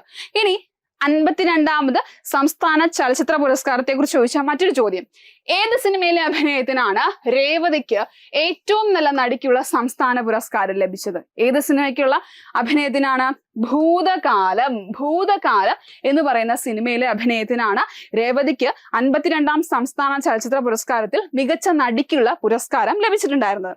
അപ്പോ 52ാം സംസ്ഥാന ചലച്ചിത്ര പുരസ്കാരത്തെ കുറിച്ച് ചോദിച്ചിട്ടുള്ള 2 ചോദ്യങ്ങളെ ഞാൻ അവിടെ ഉൾപ്പെടുത്തി എന്നുള്ളത് കൊണ്ട് 2 ചോദ്യമേ ചോദിച്ചിട്ടുള്ളൂ എന്നുള്ളതല്ല, ഇനിയും ചോദ്യങ്ങളുണ്ട്. ഓക്കെ, അപ്പൊ നമുക്ക് അതുകൊണ്ട് ഇനിയും ചോദിക്കാം. 52ഉം 53ഉം സംസ്ഥാന ചലച്ചിത്ര പുരസ്കാരങ്ങൾ നമുക്കൊന്ന് പഠിച്ചിട്ട് പോകാം. ഓക്കെ, സംസ്ഥാന ചലച്ചിത്ര പുരസ്കാരങ്ങൾ നമ്മുടെ പരീക്ഷയെ സംബന്ധിച്ച് എപ്പോഴും ഇമ്പോർട്ടന്റ് ആണ്. കാരണം ഇത് ഒരു 2-3 വർഷം കഴിഞ്ഞിരുന്നാലും ഈ തിരിഞ്ഞു വന്ന് PSC ചിലപ്പോൾ 2025 എഴുതുമ്പോൾ നിങ്ങളോട് ചോദിക്കുന്നത് 52ാം സംസ്ഥാന ചലച്ചിത്ര പുരസ്കാരവും 53ാം സംസ്ഥാന ചലച്ചിത്ര പുരസ്കാരത്തെ കുറിച്ചൊക്കെ ആയിരിക്കും. അത്രയും പ്രധാനപ്പെട്ടതാണ്. നോക്കാം. മികച്ച ചിത്രം ഏതായിരുന്നു? ആവാസവ്യൂഹം. കൃഷ്ണനാണ് സംവിധാനം ചെയ്തത്. ആവാസവ്യൂഹമായിരുന്നു മികച്ച ചിത്രമായിട്ട് തിരഞ്ഞെടുക്കപ്പെട്ടത്. ഇനി അടുത്തത് ഏതാ? മികച്ച നടൻ. മികച്ച നടനുള്ള പുരസ്കാരം 2 പേർക്കാണ് ലഭിച്ചിട്ടുള്ളത്. എത്ര പേർക്കാണ്? 2 പേർക്ക്. ആരൊക്കെയാണ്? ഒന്ന് ജോജു ജോർജിനും മറ്റൊന്ന് ബിജു മേനോനുമാണ്. ജോജു ജോർജിനും ബിജു മേനോനും. ആർക്കറിയാം എന്ന ചിത്രത്തിലെ അഭിനയത്തിന് ജോജു ജോർജിനും, നായാട്ട്, മധുരം എന്നീ ചിത്രത്തിലെ അഭിനയത്തിന് നമ്മുടെ ജോജു ജോർജിനുമാണ് പുരസ്കാരം ലഭിച്ചിട്ടുണ്ടായിരുന്നത്. അപ്പൊ ബിജു മേനോന് ആർക്കറിയാം, ജോജു ജോർജിന് നായാട്ട്, അതുപോലെ തന്നെ മധുരം എന്നീ സിനിമകളിലെ അഭിനയത്തിന്. മികച്ച നടി നമ്മൾ പറഞ്ഞു രേവതിയാണ്, ഭൂതകാലം. ഇനി മികച്ച സംവിധാനം ആരാണെന്ന് നോക്കിയേ, ദിലീഷ് പോത്തനാണ്. ജോജി എന്ന് പറയുന്ന സിനിമയിലെ അഭിനയത്തിന് ദിലീഷ് പോത്തനാണ് മികച്ച സംവിധാനത്തിലുള്ള പുരസ്കാരം ലഭിച്ചത്. മികച്ച 2ാമത്തെ ചിത്രമായിട്ട് തിരഞ്ഞെടുക്കപ്പെട്ട 2 ചിത്രങ്ങളാണ്. ഒന്ന് ചവിട്ടും മറ്റൊന്ന് നിഷിദ്ധോയും. ഈ ചവിട്ട് സംവിധാനം ചെയ്തത് റഹ്മാൻ ബ്രദേഴ്സ് ആണ്. നിഷിദ്ധോ സംവിധാനം ചെയ്താണ് താര രാമാനുജൻ എന്ന് പറയുന്നത്. താര രാമാനുജൻ. ഈ താര രാമാനുജന്റെ കാര്യമാണ് ഞാൻ നിങ്ങളോട് നേരത്തെ പറഞ്ഞിട്ടുണ്ടായിരുന്നത്. എന്താണ് നിങ്ങളോട് ഞാൻ പറഞ്ഞത്? അതായത് നമ്മുടെ മികച്ച 2ാമത്തെ 52ാമത് സംസ്ഥാന ചലച്ചിത്ര പുരസ്കാരത്തിൽ മികച്ച 2ാമത്തെ ചിത്രത്തിനുള്ള പുരസ്കാരം ലഭിച്ച നിഷിദ്ധോ സംവിധാനം ചെയ്തത് താര രാമാനുജനാണ്. ഇനി സ്വഭാവ നടി ഉണ്ണിമായയാണ്. ജോജി എന്ന് പറയുന്ന ചിത്രത്തിലെ അഭിനയത്തിന് ഉണ്ണിമായ. സ്വഭാവ നടൻ സുമേഷ് മൂറാണ്. ഏതാണ് സിനിമ? കള. കള എന്ന് പറയുന്ന സിനിമയിലെ അഭിനയത്തിന് സുമേഷ് മൂറിനാണ് മികച്ച സ്വഭാവ നടനുള്ള പുരസ്കാരം ലഭിച്ചത്. മികച്ച ജനപ്രിയ ചിത്രം ഏതാ? ഹൃദയമാണ്. ആരാ സംവിധാനം ചെയ്തത്? വിനീത് ശ്രീനിവാസൻ അല്ലെ. വിനീത് ശ്രീനിവാസൻ സംവിധാനം ചെയ്ത ഹൃദയത്തിനാണ് എന്ത് ലഭിച്ചിട്ടുണ്ടായിരുന്നത്? മികച്ച ജനപ്രിയ ചിത്രത്തിനുള്ള പുരസ്കാരം ലഭിച്ചത്. മികച്ച ജനപ്രിയ ചിത്രം. ഓക്കെ, ഇവിടെ സ്വഭാവ നടനും സ്വഭാവ നടിയൊക്കെ ഇമ്പോർട്ടന്റ് ആണ്, ഓർത്തു വെക്കണം, ചോദിച്ചിട്ടുണ്ട്. ഇനി മികച്ച അവലംബിത തിരക്കഥ. മികച്ച അവലംബിത തിരക്കഥ ശ്യാം പുഷ്കറാണ് ജോജി എന്ന് പറയുന്ന ചിത്രത്തിന്. ഇനി മികച്ച കുട്ടികളുടെ ചിത്രം ഏതാണ്? കാടകലം. സംവിധാനം ആരാണ്? സഖിൽ രവീന്ദ്രനാണ്. സഖിൽ രവീന്ദ്രൻ. ഇനി മികച്ച ഛായാഗ്രാഹകൻ മധു നീലകണ്ഠനാണ്. ചുരുളി എന്ന് പറയുന്ന ചിത്രം. ഇനി മികച്ച തിരക്കഥാകൃത്ത് കൃഷന്താണ്. ആവാസവ്യൂഹം. നമ്മുടെ 52ാമത് സംസ്ഥാന ചലച്ചിത്ര പുരസ്കാരത്തിലെ മികച്ച ചിത്രമായിരുന്നു എന്ന് പറയുന്നത് ആവാസവ്യൂഹം എന്ന് പറയുന്നത് അല്ലെ. ഇനി അടുത്ത് നോക്കാം. മികച്ച നവാഗത സംവിധായകൻ കൃഷ്ണേന്ദു കലേഷാണ്. ചിത്രം പ്രാപ്പടയാണ് കേട്ടോ. പ്രാപ്പട. കൃഷ്ണേന്ദു കലേഷിന്റെ പ്രാപ്പടയ്ക്കാണ് മികച്ച നവാഗത സംവിധാനത്തിനുള്ള പുരസ്കാരം ലഭിച്ചത്. ഇനി പ്രത്യേക ജൂറി അവാർഡ് ലഭിച്ചത് ഷെറി ഗോവിന്ദനാണ്. അവനോ ബിലോന എന്ന് പറയുന്ന ചിത്രത്തിന്. ഇനി ജൂറി ചെയർമാൻ സയ്യിദ് അക്തർ മിർസയായിരുന്നു. നിങ്ങൾക്കറിയാം, അദ്ദേഹം ഒരു ഹിന്ദി സംവിധായകനാണ് അല്ലെ. സയ്യിദ് അക്തർ മിർസ അദ്ദേഹമായിരുന്നു ജൂറി ചെയർമാൻ എന്ന് പറയുന്നത്. ഓക്കെ, 52ാമത് സംസ്ഥാന ചലച്ചിത്ര പുരസ്കാരം. ഇനി 53ാമത് സംസ്ഥാന ചലച്ചിത്ര പുരസ്കാരത്തിലേക്ക് പോകാം. മികച്ച ചിത്രം ഏതായിരുന്നു? നൻപകൽ നേർത്ത മയക്കം. നൻപകൽ നേർത്ത മയക്കം. ലിജോ ജോസ് പെല്ലിശ്ശേരിയാണ് ഈ ഒരു ചിത്രം സംവിധാനം ചെയ്തത്. നൻപകൽ നേർത്ത മയക്കം. മികച്ച 2ാമത്തെ ചിത്രം ഏതാണ്? അടിത്തട്ടാണ്. സംവിധാനം ജിജോ ആന്റണിയാണ്. അത് പഠിക്കാനായിട്ട് എളുപ്പമുണ്ട്. നമ്മളെപ്പോഴും 2ാമത് വെക്കുന്ന അടിത്തട്ടിലേക്കല്ലേ വെക്കുന്നത്. ആദ്യമുള്ളത് മുകളിലും 2ാമത്തെ അടിത്തട്ടിലേക്കല്ലേ വെക്കുന്നത്. അപ്പൊ അങ്ങനെ ഓർത്ത് വെക്കാം. 2ാമത്തെ ചിത്രം ഏതായിരുന്നു? അടിത്തട്ട്. ആദ്യത്തെ ചിത്രം നൻപകൽ നേരത്ത് മയക്കം അല്ലെങ്കിൽ മികച്ച ചിത്രം. ഇനി മികച്ച നടി വിൻസി അലോഷ്യസ് ആണ്. വിൻസി അലോഷ്യസ് രേഖ എന്ന് പറയുന്ന ചിത്രത്തിലെ അഭിനയത്തിന്. മികച്ച നടൻ മമ്മൂട്ടിയാണ്. മമ്മൂട്ടിയുടെ പ്രത്യേകതയുണ്ട്. ഇതിപ്പോ 6ാം തവണയാണ് മമ്മൂട്ടി മികച്ച നടനുള്ള സംസ്ഥാന ചലച്ചിത്ര പുരസ്കാരം നേടുന്നത്. നിങ്ങളോട് ചോദിക്കുവാണ്, മമ്മൂട്ടിക്ക് എത്ര തവണ സംസ്ഥാന ചലച്ചിത്ര പുരസ്കാരം ലഭിച്ചിട്ടുണ്ടെന്ന് ചോദിച്ചാൽ മമ്മൂട്ടിക്ക് 8 തവണ സംസ്ഥാന ചലച്ചിത്ര പുരസ്കാരം ലഭിച്ചിട്ടുണ്ട്. എന്നാൽ മറ്റൊരു ചോദ്യം, മമ്മൂട്ടിക്ക് എത്ര തവണ മികച്ച നടനുള്ള സംസ്ഥാന ചലച്ചിത്ര പുരസ്കാരം ലഭിച്ചിട്ടുണ്ടെന്ന് ചോദിച്ചാൽ അത് 6 തവണയാണ്. അപ്പൊ നമുക്കൊന്ന് നോക്കാം ഏതൊക്കെയാണെന്ന്. ഒന്ന്, മമ്മൂട്ടിക്ക് സംസ്ഥാന ചലച്ചിത്ര പുരസ്കാരം ആദ്യമായിട്ട് ലഭിക്കുന്നത് അഹിംസ എന്ന് പറയുന്ന ചിത്രത്തിലെ അഭിനയത്തിനാണ്. പക്ഷെ അത് അദ്ദേഹത്തിന് മികച്ച 2ാമത്തെ നടനുള്ള പുരസ്കാരമാണ് ലഭിക്കുന്നത്. മികച്ച 2ാമത്തെ നടനാണ് 1981. പിന്നീട് 1984 അടിയൊഴുക്കുകൾ എന്ന് പറയുന്ന ചിത്രത്തിലെ അഭിനയത്തിനാണ് അദ്ദേഹത്തിന് ആദ്യമായിട്ട് മികച്ച നടനുള്ള സംസ്ഥാന ചലച്ചിത്ര പുരസ്കാരം ലഭിക്കുന്നത്. അപ്പോൾ മമ്മൂട്ടിക്ക് ആദ്യമായിട്ട് സംസ്ഥാന ചലച്ചിത്ര പുരസ്കാരം ലഭിക്കുന്നത് ഏത് വർഷമാണെന്ന് ചോദിച്ചാൽ 81-ലാണ്. ഏതാണ് സിനിമ? ഏതാണ്? അഹിംസയാണ്. മമ്മൂട്ടിക്ക് ആദ്യമായിട്ട് മികച്ച നടനുള്ള സംസ്ഥാന ചലച്ചിത്ര പുരസ്കാരം ലഭിക്കുന്നത് എപ്പോഴാണെന്ന് ചോദിച്ചാൽ അത് 84-ലാണ്. ഏതാണ്? അടിയൊഴുക്കുകൾ. ഇനി അദ്ദേഹത്തിന് 85-ല് സ്പെഷ്യൽ ജൂറി അവാർഡ് ലഭിക്കുന്നുണ്ട്. ഏതൊക്കെയാണ്? യാത്ര, നിറക്കൂട്ട് എന്നീ സിനിമകളിലെ അഭിനയത്തിന് മമ്മൂട്ടിക്ക് സ്പെഷ്യൽ ജൂറി പുരസ്കാരം ലഭിക്കുന്നുണ്ട്. ഇനി ഒരു വടക്കൻ വീരഗാഥ, മൃഗയ്യ, മഹാനം എന്നീ ചിത്രത്തിലെ അഭിനയത്തിന് 89 അദ്ദേഹത്തിന് വീണ്ടും മികച്ച നടനുള്ള സംസ്ഥാന ചലച്ചിത്ര പുരസ്കാരം ലഭിക്കുന്നുണ്ട്. വിധേയൻ, വാത്സല്യം, പൊന്തന്മാട എന്നീ സിനിമകളിലെ അഭിനയത്തിന് 93-ലും, കാഴ്ച എന്ന സിനിമയിലെ അഭിനയത്തിന് 2004-ലും, പാലേരി മാണിക്യം എന്ന സിനിമയിലെ അഭിനയത്തിന് 2009-ലും, ഇപ്പോൾ 2023-ൽ നൻപകൽ നേരത്ത് മയക്കം എന്നീ സിനിമയുടെ അഭിനയത്തിന് അദ്ദേഹത്തിന് മികച്ച നടനുള്ള സംസ്ഥാന ചലച്ചിത്ര പുരസ്കാരം ലഭിക്കുന്നുണ്ട്. ഒന്ന് നോക്കിക്കേ, എത്ര തവണയാണ് മമ്മൂട്ടിക്ക് മികച്ച നടനുള്ള സംസ്ഥാന ചലച്ചിത്ര പുരസ്കാരം ലഭിച്ചതെന്ന്? 6 തവണയാണ്. അടിയൊഴുക്കുകൾ, ഒരു വടക്കൻ വീരഗാഥ, വിധേയൻ, കാഴ്ച, പാലേരി മാണിക്യം, നൻപകൽ നേരത്തു മയക്കം. അല്ലെങ്കിൽ വർഷം പഠിച്ചു വെച്ചാലും മതി. 84, 89, 93, 2004, 2009, 2023 വർഷങ്ങളിൽ അദ്ദേഹത്തിന് മികച്ച നടനുള്ള സംസ്ഥാന ചലച്ചിത്ര പുരസ്കാരം ലഭിച്ചിട്ടുണ്ട്. അദ്ദേഹത്തിന് ആദ്യമായിട്ട് ലഭിക്കുന്നത് 81-ലാണ്. അഹിംസയാണ് ചിത്രം എന്ന് പറഞ്ഞു. ഇനി മതിലുകൾ എന്ന് പറയുന്ന അദ്ദേഹത്തിന്റെ ചിത്രത്തിനും ഒരു വടക്കൻ വീരഗാഥ, ഈ 2 സിനിമകളിലെ അഭിനയത്തിന് അദ്ദേഹത്തിന് 1989 എന്ത് ലഭിച്ചിട്ടുണ്ട്? മികച്ച നടനുള്ള ദേശീയ ചലച്ചിത്ര പുരസ്കാരവും മമ്മൂട്ടിക്ക് ലഭിച്ചിട്ടുണ്ട്. 89-ലാണ് മമ്മൂട്ടിക്ക് ദേശീയ ചലച്ചിത്ര പുരസ്കാരം ലഭിക്കുന്നത്, മികച്ച നടനുള്ളത്. അതിനുശേഷം പൊന്തന്മാട, വിധേയൻ, അദ്ദേഹത്തിന് ഇതേ സിനിമകൾക്ക് എന്ത് ലഭിച്ചിട്ടുണ്ട്? സംസ്ഥാന ചലച്ചിത്ര പുരസ്കാരം ലഭിച്ചിട്ടുണ്ട്, നമ്മൾ പഠിച്ചു അല്ലെ. ഈ പൊന്തന്മാട, വിധേയൻ എന്നീ സിനിമകൾക്ക് 93-ൽ എന്ത് ലഭിച്ചു? മമ്മൂട്ടിക്ക് ദേശീയ ചലച്ചിത്ര പുരസ്കാരം ലഭിക്കുകയാണ്. അതിനുശേഷം ഡോക്ടർ ബാബാ സാഹേബ് അംബേദ്കർ എന്ന ഇംഗ്ലീഷ് ചിത്രത്തിലൂടെ 1998-ലും മമ്മൂട്ടിക്ക് മികച്ച നടനുള്ള ദേശീയ ചലച്ചിത്ര പുരസ്കാരം ലഭിക്കുകയാണ്. അപ്പോ മമ്മൂട്ടി ഇത്രയും ചലച്ചിത്ര പുരസ്കാരങ്ങൾ മമ്മൂട്ടിക്ക് ലഭിച്ചിട്ടുള്ളത് കൊണ്ട് തന്നെ അവിടെ ഒരു ചോദ്യം വരേണ്ട ചാൻസ് കൂടുതലാണ്. ഓക്കെ, അറ്റ്ലീസ്റ്റ് അദ്ദേഹത്തിന് ലഭിച്ചിട്ടുള്ള സംസ്ഥാന ചലച്ചിത്ര പുരസ്കാരങ്ങളുടെ വർഷവും അതേത് ചിത്രത്തിനാണെന്നുള്ള കാര്യം നമ്മൾ എന്ത് ചെയ്തിരിക്കണം? അറിഞ്ഞിരിക്കണം. ഓക്കെ, ബാക്കിയുള്ള പുരസ്കാരങ്ങളിലേക്ക് നമുക്കൊന്ന് പോയാലോ? നോക്കാം. 2022 അല്ലെങ്കിൽ നമ്മുടെ 2023 പ്രഖ്യാപിക്കുന്നത് 2022 സംസ്ഥാന ചലച്ചിത്ര പുരസ്കാരമാണ് കേട്ടോ. അല്ലെങ്കിൽ 53ാമത് സംസ്ഥാന ചലച്ചിത്ര പുരസ്കാരം എന്ന് പഠിച്ചിരുന്നാലും മതി. മികച്ച സംവിധായകൻ ആരായിരുന്നു? മഹേഷ് നാരായണനാണ്. മഹേഷ് നാരായൺ അറിയിപ്പ് എന്ന സിനിമയിലെ സംവിധാനത്തിനാണ് മഹേഷ് നാരായണന് 53ാമത് സംസ്ഥാന ചലച്ചിത്ര പുരസ്കാരത്തിൽ മികച്ച സംവിധായകനുള്ള പുരസ്കാരം ലഭിക്കുന്നത്. ഇനി മികച്ച സ്വഭാവ നടൻ, സ്വഭാവ നടി എന്നിവരെ നോക്കാം. എന്നാ താൻ കേസ് കൊടുന്ന സിനിമയിലെ അഭിനയത്തിന് പി കുഞ്ഞികൃഷ്ണനാണ് മികച്ച സ്വഭാവ നടനുള്ള പുരസ്കാരം ലഭിച്ചത്. മികച്ച സ്വഭാവ നടി ആരാണെന്ന് ചോദിച്ചാൽ സൗദി വെള്ളക്ക എന്ന സിനിമയിലെ അഭിനയത്തിന് ദേവി വർമ്മയാണ് മികച്ച സ്വഭാവ നടിയായിട്ട് തിരഞ്ഞെടുക്കപ്പെട്ടത്. ഇനി മികച്ച ജനപ്രിയ ചിത്രം ഏതായിരുന്നു? നാഥാൻ കേസുകോട് കേട്ടോ. നാഥാൻ കേസുകോടാണ് മികച്ച ജനപ്രിയ ചിത്രമായിട്ട് തിരഞ്ഞെടുക്കപ്പെട്ടത്. മികച്ച തിരക്കഥാകൃത്ത് രതീഷ് ബാലകൃഷ്ണ പൊതുവാളാണ് നാഥാൻ കേസുകോട്. ഓക്കെ, അടുത്ത മികച്ച നവാഗത സംവിധായകൻ ഷാഹി കബീർ ആണ് ഇലവീഴ പൂഞ്ചിറ എന്ന് പറയുന്ന സിനിമ സംവിധാനം ചെയ്തതിനാണ് മികച്ച നവാഗത സംവിധായകനുള്ള പുരസ്കാരം ഷാഹി കബീറിന് ലഭിക്കുന്നത്. ഓക്കെ, അപ്പൊ ഇതൊന്ന് ജസ്റ്റ് നോക്കി വെക്കണം. ഈ ഭാഗത്ത് ചിലപ്പോൾ നമുക്ക് നേരത്തെ കാടകലം ചോദിച്ചതുപോലെ ഇനി ചോദിക്കാം, ഈ പറയുന്ന സിനിമ സംവിധാനം ചെയ്തത് ആരാണ് എന്ന രീതിയിൽ ചോദിക്കാം.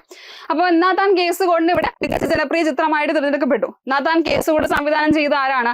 രതീഷ് ബാലകൃഷ്ണ പൊതുവാളാണ്. ഇനി അടുത്തത് പ്രത്യേക ജൂറി പരാമർശം 2 പേർക്കാണ് ഉണ്ടായിരുന്നത്. ഒന്ന് കുഞ്ചാക്കോ ബോബനും അതുപോലെ തന്നെ മറ്റൊന്ന് അലൻസീറിനുമാണ്. കുഞ്ചാക്കോ ബോബന് നാഥാൻ കേസുകോട് എന്ന ചിത്രത്തിനും അലൻസീറിന് അപ്പൻ എന്ന് പറയുന്ന ചിത്രത്തിലെ അഭിനയത്തിനുമാണ് സ്പെഷ്യൽ ജൂറി മെൻഷൻ അല്ലെങ്കിൽ പ്രത്യേക ജൂറി പരാമർശം ഉണ്ടായിരുന്നത്. ഇനി മികച്ച കുട്ടികളുടെ ചിത്രം ഏതാണെന്ന് ചോദിച്ചാൽ പല്ലുട്ടി 90s കിഡ്സ് ആണ്. പല്ലുട്ടി 90s കിഡ്സ് ആണ് മികച്ച കുട്ടികളുടെ ചിത്രം എന്ന് പറയുന്നത്. അപ്പൊ നമുക്ക് ഈ പല്ലുട്ടി 90s കിഡ്സിന്റെ സംവിധായകനെ കൂടി ഒന്ന് നോക്കാം. ഈ പല്ലുട്ടി 90s കിഡ്സ് സംവിധാനം ചെയ്തത് ജിതിൻ രാജാണ് കേട്ടോ. ജിതിൻ രാജാണ് പല്ലുട്ടി 90s കിഡ്സിന്റെ സംവിധായകൻ എന്ന് പറയുന്നത്. നേരത്തെ 52ാമത് സംസ്ഥാന ചലച്ചിത്ര പുരസ്കാരത്തിൽ കാടകലത്തിന്റെ സംവിധായകൻ ആരാണെന്ന് ചോദിച്ചല്ലോ. അപ്പൊ ഇനി ഇതിവിടെ ചോദിക്കാം, അപ്പൊ മികച്ച കുട്ടികളുടെ ചിത്രം ഏതാണ്? പല്ലുട്ടി 90s കിഡ്സ് ആണ്. ആരാണ് സംവിധായകൻ? ജിതിൻ രാജാണ്. ഇനി മികച്ച ചലച്ചിത്ര ഗ്രന്ഥം സിനിമയുടെ ഭാവനാദേശങ്ങളായിരുന്നു. CS വെങ്കടേശ്വറിന്റെ സിനിമയുടെ ഭാവനാദേശങ്ങളാണ് മികച്ച ചലച്ചിത്ര ഗ്രന്ഥമായിട്ട് തിരഞ്ഞെടുക്കപ്പെട്ടത്. മികച്ച ഗാനരചയിതാവ് റഫീഖ് അഹമ്മദും മികച്ച സംഗീത സംവിധായകൻ M ജയചന്ദ്രനുമായിരുന്നു. മികച്ച ഗായിക മൃദുല വാര്യർ, മികച്ച ഗായകൻ കപിലൻ. ഓക്കെ, പുതിയ ഒരു പുരസ്കാരം ആയതുകൊണ്ടാണ് നമ്മൾ ഇത്രയും പഠിച്ചത്.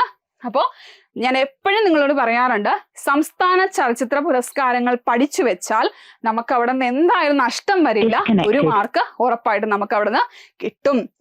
ഇനി അടുത്തത് മികച്ച ബാലതാരം, ആൺകുട്ടികളുടെ വിഭാഗത്തിൽ നിന്ന് മാസ്റ്റർ ഡാവിഞ്ചി. ഏതാണ്? നമ്മുടെ ജിതിൻ രാജ സംവിധാനം ചെയ്ത പല്ലുട്ടി 90s കിഡ്സിലെ അഭിനയത്തിന് മാസ്റ്റർ ഡാവിഞ്ചിക്കും മികച്ച ബാലതാരം പെൺകുട്ടികളുടെ വിഭാഗത്തിൽ തന്മയ സോളിനുമാണ് ലഭിച്ചത്. ഏതാണ് ചിത്രം? വഴക്ക് എന്ന ചിത്രത്തിലെ അഭിനയത്തിന്.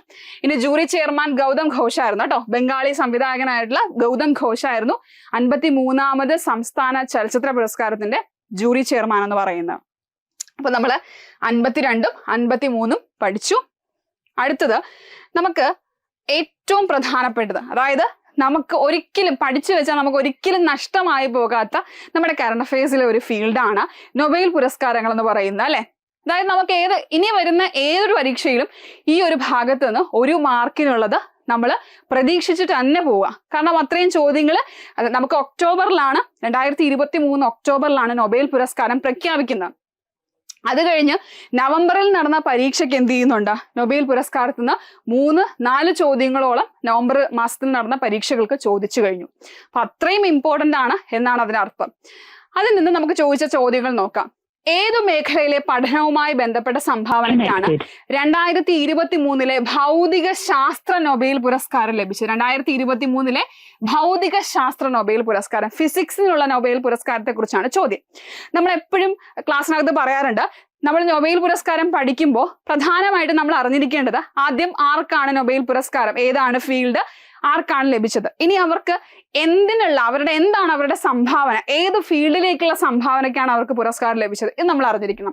3, അവർ ഏത് രാജ്യത്തു നിന്നുള്ള വ്യക്തികളാണ് എന്നുള്ള കാര്യവും ചോദിക്കുന്നുണ്ട്. അപ്പൊ ഈ 3 കാര്യങ്ങളാണ് നൊബേലിൽ നമ്മൾ അടിസ്ഥാനമായിട്ടും പ്രധാനമായിട്ടും പഠിക്കേണ്ടുന്ന കാര്യങ്ങൾ. ഒന്ന്, അവരുടെ പേര് നമ്മൾ അറിഞ്ഞിരിക്കണം.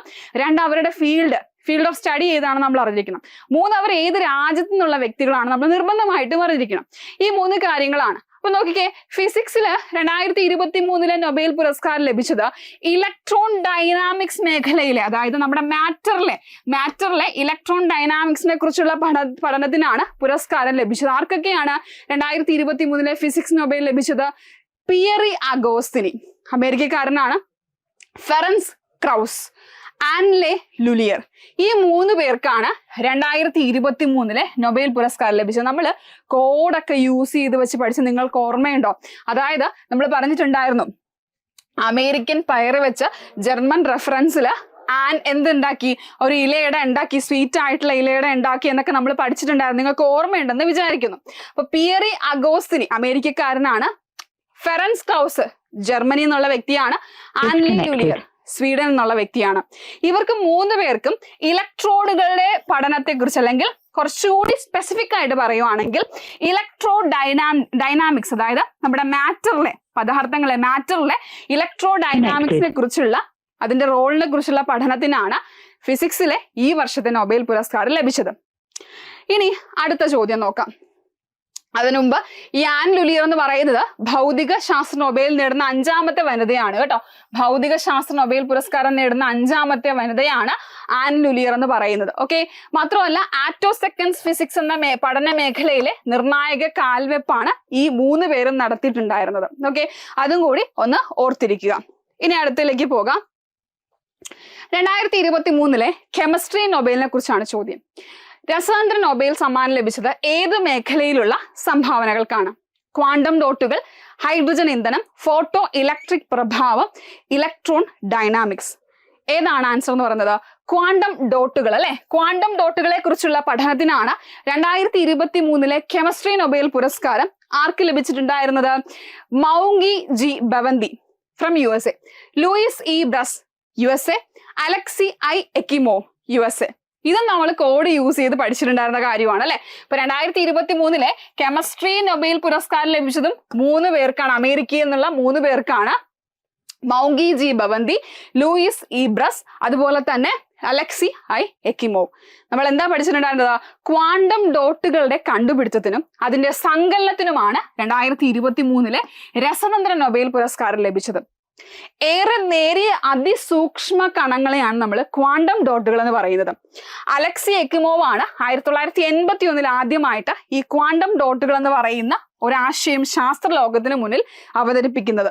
അലക്സി എക്കിമോവ് ഇദ്ദേഹമാണ് ആദ്യമായിട്ട് ഈ പറയുന്ന വളരെ നേരിയ അതിസൂക്ഷ്മ കണങ്ങളായിട്ടുള്ള ക്വാണ്ടം ഡോട്ടുകൾ എന്ന് പറയുന്ന കോൺസെപ്റ്റ് തന്നെ അവതരിപ്പിക്കുന്നത്. അതിനുശേഷം ഈ ഒരു മേഖലയിൽ നടത്തിയിട്ടുള്ള സ്റ്റഡിക്കാണ് അല്ലെങ്കിൽ പഠനത്തിനും ഗവേഷണത്തിനുമാണ് 2023 കെമിസ്ട്രി നൊബേൽ ഇവർക്ക് 3 പേർക്കും ലഭിക്കുന്നത്. ഇനി സാഹിത്യ നൊബേൽ പുരസ്കാരം ലഭിച്ചത് ആർക്കാണ്? ജോൺ ഫോസയ്ക്കാണ്. നോർവീജിയൻ സാഹിത്യകാരനാണ് അല്ലെ, നോർവീജിയൻ സാഹിത്യകാരനാണ് ജോൺ ഫോസെ. ഇദ്ദേഹത്തിനാണ് 2023 സാഹിത്യ നൊബേൽ പുരസ്കാരം ലഭിച്ചത്. നിശബ്ദരാക്കപ്പെട്ട അടിച്ചമർത്തപ്പെട്ടവരുടെ ശബ്ദമായിട്ട് അദ്ദേഹത്തിന്റെ കൃതികളിലൂടെ അവർക്ക് വേണ്ടി, ചൂഷണം ചെയ്യപ്പെട്ടവർക്ക് വേണ്ടിയിട്ടുള്ള ശബ്ദമായിട്ട് അദ്ദേഹം മാറിയത് കൊണ്ടാണ് ഇദ്ദേഹത്തിന് ഈ ഒരു പുരസ്കാരം ലഭിച്ചിട്ടുണ്ടായിരുന്നത്. അടുത്തത് നമുക്ക് നമ്മുടെ സമാധാന നൊബേൽ പുരസ്കാര ജേതാവിനെ നോക്കാം. വളരെ സെൻസേഷണൽ ആയിട്ട് എനിക്ക് തോന്നുന്നു മറ്റുള്ള നൊബേൽ പുരസ്കാരങ്ങളെക്കാളൊക്കെയും കുറച്ചുകൂടി വാർത്താ പ്രാധാന്യം നേടിയ ഒന്നായിരുന്നു ഈ വർഷത്തെ സമാധാന നൊബേൽ പുരസ്കാരം എന്ന് പറയുന്നത്. ആർക്കായിരുന്നു ലഭിച്ചിട്ടുണ്ടായിരുന്നത്? നർഗീസ് മുഹമ്മദിക്കാണ് അല്ലെ. നർഗീസ് മുഹമ്മദി എന്ന് പറയുന്നത് ഇറാനിയൻ മനുഷ്യാവകാശ പ്രവർത്തകയാണ്.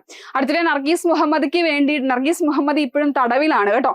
അപ്പോ നർഗീസ് മുഹമ്മദിക്ക് വേണ്ടിയിട്ട് ഈ ഒരു നൊബേൽ പുരസ്കാരം ഏറ്റുവാങ്ങിയത് നർഗീസ് മുഹമ്മദിയുടെ റിലേറ്റീവ്സ് ആണ്. അപ്പോ നർഗീസിനെ വിവിധ കേസുകളിലായിട്ട് ഇറാനിയൻ സർക്കാർ 13 തവണ എന്ത് ചെയ്തിട്ടുണ്ട്? അറസ്റ്റ് ചെയ്തിട്ടുണ്ട്. അതിൽ 5 തവണ ശിക്ഷിക്കുകയും ചെയ്തിട്ടുണ്ട്. 31 വർഷം തടവും 154 ചാട്ടവാറടിയുമാണ് നർഗീസിനെ വിധിച്ചിട്ടുള്ളതെന്ന് നൊബേൽ സമ്മാന കമ്മിറ്റി പറഞ്ഞിട്ടുണ്ട്. അതായത് ആ ഒരു ഇറാനില് വളരെയധികം ഒരുപാട് ലിബറേഷന് വേണ്ടിയിട്ട് വാദിച്ചിട്ടുള്ള ഒരു വ്യക്തിയാണ് നർഗീസ് മുഹമ്മദ് എന്ന് പറയുന്ന. അതുകൊണ്ട് തന്നെ നൊബേൽ കമ്മിറ്റി വളരെ ആദരവോടുകൂടിയാണ് നർഗീസ് മുഹമ്മദിക്ക് ഈ ഒരു സമാധാന നൊബേൽ പുരസ്കാരം നൽകിയത്. അതിനുശേഷം 2023 സാമ്പത്തിക ശാസ്ത്രത്തിനുള്ള നൊബേൽ പുരസ്കാരം, എക്കണോമിക്സിൽ നൊബേൽ പുരസ്കാരം ലഭിച്ചത് ക്ലോഡിയ ഗോൾഡിനാണ്. Claudia Goldin. ഓക്കെ, ഗോൾഡിൻ എന്ന് ഓർത്തിരുന്നാൽ മതി. നമ്മുടെ സാമ്പത്തിക മേഖലയുമായിട്ട് ബന്ധപ്പെട്ടൊരു കാര്യമാണല്ലോ ഗോൾഡ് അഥവാ സ്വർണം എന്ന് പറയുന്നത്. നമുക്ക് അവിടെ ഓർത്തിരിക്കാനായിട്ട് വലിയ കോഡുകളുടെ ഒന്നും ആവശ്യമില്ല. ഓക്കെ, അപ്പൊ ക്ലോഡിയ ഗോൾഡിനാണ് 2023 സാമ്പത്തിക ശാസ്ത്ര നൊബേൽ അഥവാ എക്കണോമിക്സിനുള്ള നൊബേൽ പുരസ്കാരം ലഭിച്ചത്. എന്തായിരുന്നു പഠന മേഖല? സ്ത്രീകളുടെ തൊഴിൽ വിപണി ഫലങ്ങളെ കുറിച്ചുള്ള പഠനങ്ങളും വിലയിരുത്തുകളും കണക്കിലെടുത്താണ് പുരസ്കാരം ലഭിച്ചത്. അതായത് സ്ത്രീകളുടെ എംപ്ലോയ്മെന്റ് ഓപ്പർച്യൂണിറ്റി, അതുപോലെ തന്നെ വിപണി ഫലങ്ങൾ എന്തൊക്കെയാണ്, മാർക്കറ്റ്, അങ്ങനെയുള്ള കാര്യങ്ങളെ കുറിച്ചുള്ള പഠനത്തിന്. പുരസ്കാരത്തിന് അർഹയാകുന്ന 3ാമത്തെ വനിത, അതായത് എക്കണോമിക്സ് നൊബേൽ ലഭിക്കുന്ന 3ാമത്തെ വനിതയാണ് ആരെന്ന് പറയുന്നത്? ക്ലോഡിയ ഗോൾഡിൻ എന്ന് പറയുന്നത്.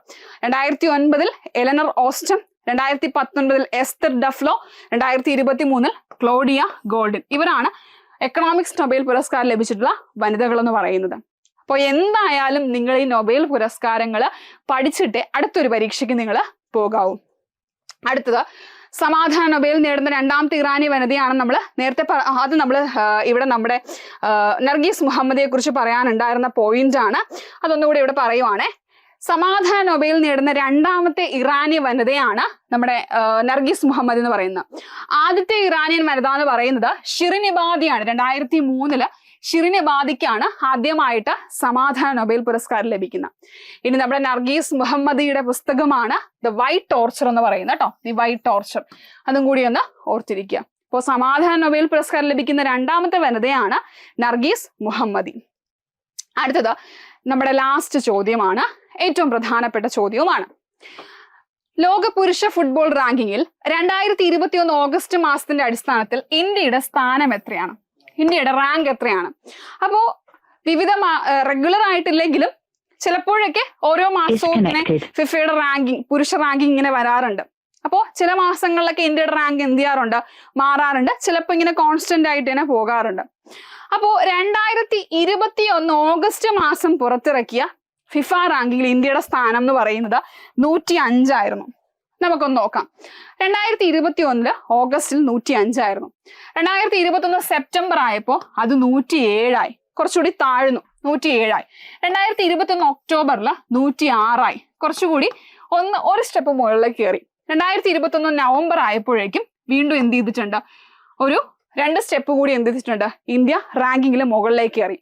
നമ്മൾ മാറിയിട്ടുള്ള മാസങ്ങൾ മാത്രമാണ് ഉൾപ്പെടുത്തിയിട്ടുള്ളത്, ബാക്കിയെല്ലാം കോൺസ്റ്റന്റ് ആയിരുന്നു. 2021 നവംബറിന് ശേഷം 2022 മാർച്ച് വരെ കോൺസ്റ്റന്റ് ആയിട്ട് 104 പൊക്കോണ്ടിരുന്നു.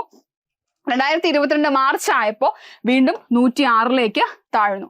പിന്നെ വീണ്ടും കോൺസ്റ്റന്റ് ആയിട്ട് പോയിട്ട് 2022 ജൂൺ ആയപ്പോൾ 104ലേക്ക് വീണ്ടും ഇന്ത്യ എന്ത് ചെയ്തു? കയറി. അപ്പോൾ ഇത് എങ്ങനെയാണ് താഴെയും കയറുകയും ചെയ്യുന്നതെന്ന് വെച്ചാൽ വിവിധ ടൂർണമെന്റുകളിൽ, ഫുട്ബോൾ മേഖലയിലെ ടൂർണമെന്റുകൾക്കും അതുപോലെ തന്നെ ഫുട്ബോൾ ചാമ്പ്യൻഷിപ്പിനും ഒക്കെ ഇന്ത്യയുടെ പ്രകടനം അനുസരിച്ചിട്ടാണ് ഈ ഒരു റാങ്കിങ് മുകളിലേക്കും താഴേക്കും പോകുന്നത്. 2022 ഒക്ടോബർ ആയപ്പോൾ വീണ്ടും താഴ്ന്ന് 106 വരുവാണ്. ഇനി 2023 ഏപ്രിൽ ആയപ്പോൾ കുറച്ചുകൂടി ഇന്ത്യ എന്ത് ചെയ്തു, മുകളിലേക്ക് കയറി 101. 2023 ജൂൺ ആയപ്പോൾ അതായത് നമ്മുടെ 106 ഇന്ത്യ 101. 2023 ജൂൺ ആയപ്പോൾ വീണ്ടും കുറച്ചുകൂടി മുകളിലേക്ക് കയറി ഇന്ത്യ 100ാം സ്ഥാനത്തായി. 2023 ജൂലൈയില് അതിലും മുകളിലേക്ക് കയറി 99. ആ 99 ഇന്ത്യയുടെ ബെസ്റ്റ് ഫിഫ റാങ്കിങ്ങുകളായിരുന്നു. 99. 2023 നവംബർ മാസം ഇന്ത്യ 102. നിലവിൽ ഇപ്പോ 2023 ഡിസംബർ റീസെന്റ് ആയിട്ട് 21-ാം തീയതി വീണ്ടും വന്നപ്പോ ഇന്ത്യ 102 തന്നെ തുടരുകയാണ്. നമുക്ക് നോക്കാം താഴോട്ട് പോകുവോ അതോ റാങ്ക് മുകളിലേക്ക് വരുമോ എന്നുള്ളത്. അപ്പൊ ഇതിനകത്ത് മാറിയിട്ടുള്ള, അതായത് എന്തെങ്കിലും റാങ്കിങ്ങിന് ചേഞ്ച് വരുമ്പോഴാണ് കൂടുതലായിട്ടും ചോദ്യം ചോദിക്കുന്നത്. കോൺസ്റ്റന്റ് ആയിട്ട് പോയ മാസങ്ങൾ നമുക്ക് ഓർത്തിരിക്കാൻ എളുപ്പമുണ്ട് അല്ലെ. അപ്പൊ ഇങ്ങനെ ചേഞ്ച് ആയിട്ടുള്ള മാസങ്ങളിലെ റാങ്കിങ് നിങ്ങളൊന്ന് പഠിച്ചു വെക്കണം. കാരണം ഫിഫ റാങ്കിങ് വളരെ പ്രധാനപ്പെട്ടതാണ് അല്ലെ. ഞാൻ നേരത്തെ പറഞ്ഞു ഇന്ത്യയുടെ പ്രകടനം അനുസരിച്ചിട്ടാണ് ഈ റാങ്ക് ചെയ്യുന്നത്. അപ്പൊ അതുകൊണ്ട് നമ്മൾ അതും കൂടെ എന്ത് ചെയ്യണം, പഠിച്ചു വെക്കണം കേട്ടോ. അപ്പൊ 2021 ഓഗസ്റ്റിൽ 105 തുടങ്ങി 2023 ഡിസംബർ ആയപ്പോഴേക്കും ഇന്ത്യയുടെ ഫിഫ റാങ്കിങ് എന്ന് പറയുന്ന 102 നിൽക്കുവാണ് കേട്ടോ. ഒരു 3 സ്റ്റെപ്പ് ഇന്ത്യ എന്ത് ചെയ്തിട്ടുണ്ട്, മുകളിലേക്ക് കയറിയിട്ടുണ്ടെന്ന് നമുക്ക് ആശ്വസിക്കാം. ഇടയ്ക്ക് ജൂലൈയിൽ 99 വരെ ആയി, ഇന്ത്യയുടെ ബെസ്റ്റ് റാങ്ക് വരെ ആയിട്ടുണ്ടായിരുന്നു. അതിന് വീണ്ടും താഴ്ന്നു. നമുക്ക് ഇനി വെയിറ്റ് ചെയ്യാം കേട്ടോ. അപ്പോ ഇത്രയാണ് ഇന്നത്തെ നമ്മുടെ PQ ഡിസ്കഷൻ എന്ന് പറയുന്നത്. കുറച്ചുകൂടി കാര്യങ്ങൾ നമുക്ക് ഉൾപ്പെടുത്താനുണ്ട്. കാരണം കറണ്ട് അഫയേഴ്സ് എന്ന് പറയുമ്പോൾ നമുക്ക് ചില ഭാഗങ്ങളിൽ നിന്ന് ഇങ്ങനെ കോൺസ്റ്റന്റ് ആയിട്ട് ഒരുപാട് ചോദ്യങ്ങൾ ചോദിക്കാൻ സാധ്യതയുള്ള മേഖലയാണ്. അപ്പൊ നമുക്ക് എന്ത് ചെയ്യാം, ആ ഭാഗങ്ങളൊക്കെ ഉൾപ്പെടുത്തിക്കൊണ്ട് ഇനിയും ഇതുപോലൊരു സെഷൻ എന്ത് ചെയ്യാം, അറേഞ്ച് ചെയ്യാം കേട്ടോ. അപ്പൊ ഈ പറഞ്ഞ ഭാഗങ്ങളെല്ലാം ഒന്ന് കൃത്യമായിട്ട് വായിച്ചു വെക്കുക.